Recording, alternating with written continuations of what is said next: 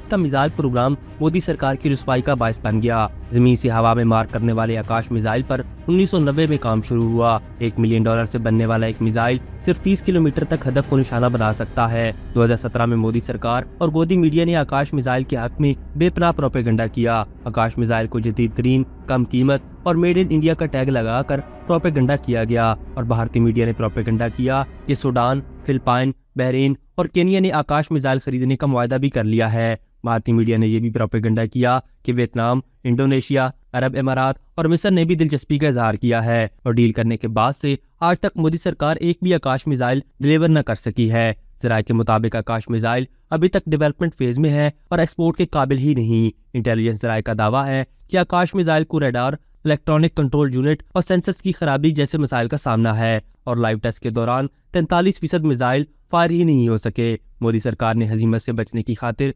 2019 में defect investigation board तश्कील दिया।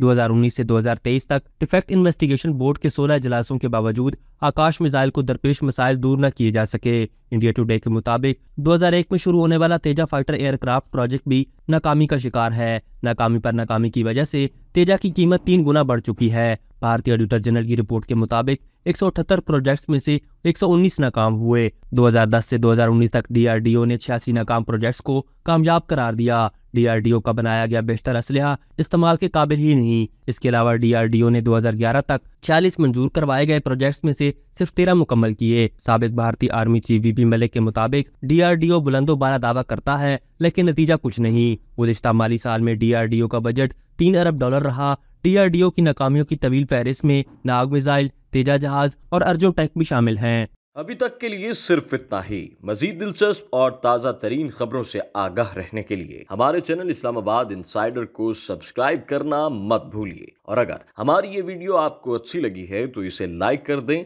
और अपनी कीमती राय का इजहार नीचे दिए गए कमेंट सेक्शन में ज़रूर करें।